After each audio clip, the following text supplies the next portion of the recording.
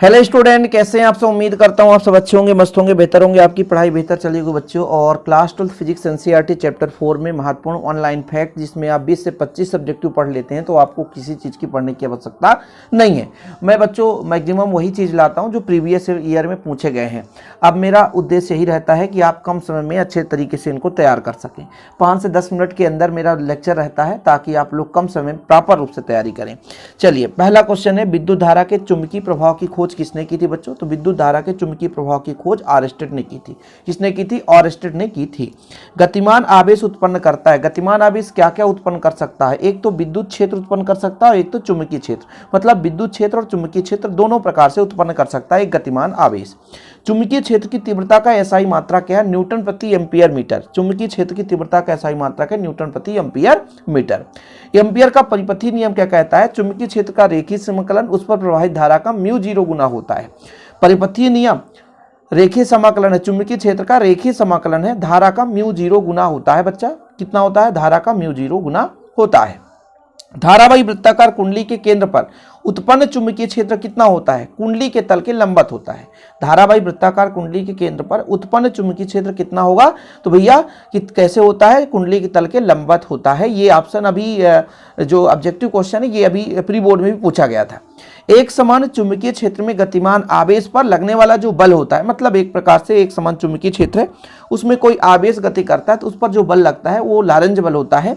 वो होता है Q V V sin theta. Q V V sin theta, ये आपका एक बल है बच्चों जो लॉरेंज बल के बराबर है। ये इस रूप में भी V क्रॉस B के रूप में भी आपको देखने को मिल सकता है।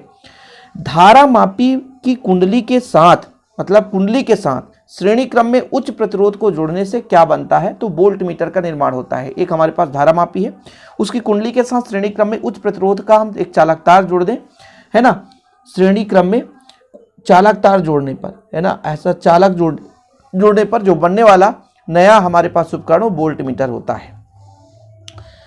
एक आवेशित कण एक समान चुंबकीय क्षेत्र में इसके समांतर प्रवेश करता है तो कण का पथ कैसा होगा? मतलब एक आवेशित कण है, मतलब एक आवेश एक समान चुंबकीय क्षेत्र में प्रवेश करे तो सरल रेखा में गति करेगा। चुंबकशीलता का एसआई मात्रक होता है न्यूटन प्रति एम्पियर स्क्वायर। न्यूटन प्रति एम्पियर स्क्वायर चुंबकीय क्षेत्र का विमीय सूत्र है ml⁻², 1⁻1 बच्चों। धारावाही परिनालिका किसके भांति व्यवहार दर्शाता है? तो दंड चुंबक की भांति दर्शाता है। और यहाँ पर देखो, आवेशित कण पर एक समान चुंबकीय क्षेत्र में लॉरेंज बल का मान कितना होता है? क्यू वी इंटू वी, है ना, यानी क्रॉस में होता है, सदिश गुणनफल है, इसलिए ऐसा होता है। साइन थीटा है, उसका सदिश गुणनफल ही निकालते हैं। यदि कास थीटा तो अदिश गुणनफल के रूप में लिखते हैं। तो ये आपका क्वेश्चन 12 नंबर कंप्लीट। इसके बाद बच्चों अगला क्वेश्चन देखिए, चुंबकीय क्षेत्र में गतिमान आवेश पर लगने वाला बल कहलाता है लॉरेंज बल कहलाता है। आदर्श अमीटर का प्रतिरोध कितना होता है? तो 0 होता है। और आदर्श वोल्ट मीटर का प्रतिरोध अनंत होता है। आदर्श अमीटर का प्रतिरोध 0 होता है। आदर्श यदि वोल्ट मीटर होता तो अनंत होता। याद कर लीजिएगा आप लोग। विद्युत परिपथ में वोल्ट मीटर को सदैव किस क्रम में जोड़ा जाता है? तो सदैव समांतर क्रम में जोड़ा जाता है। विद्युत परिपथ है, उसमें हम वोल्ट मीटर को समांतर क्रम में जोड़ेंगे। और बच्चों यदि हम विद्युत परिपथ में अमीटर जोड़ते हैं तो उसे श्रेणी क्रम में जोड़ते हैं, एक दूसरे के अपोजिट है। विद्युत परिपथ में वोल्ट मीटर को समांतर क्रम में जोड़ते हैं। देखो ना भाई, हम यदि क्वेश्चन दे रहे हैं तो एक और क्वेश्चन बता रहे हैं, उसको भी तैयार करो। वोल्ट मीटर को सदैव श्रेणी क्रम में समांतर क्रम में जोड़ेंगे और अमीटर की बात आ जाएगी, उसको हम श्रेणी क्रम में जोड़ेंगे। समान दिशा में धारावाही दो समांतर चालकों के मध्य बल की प्रकृति क्या होगी बच्चों? वो आकर्षण बल होगा। यानी एक ही दिशा में धारावाही, उसमें धारा बह रहा है, चालक तार है, तो उन एक दूसरे को आकर्षित करेंगे।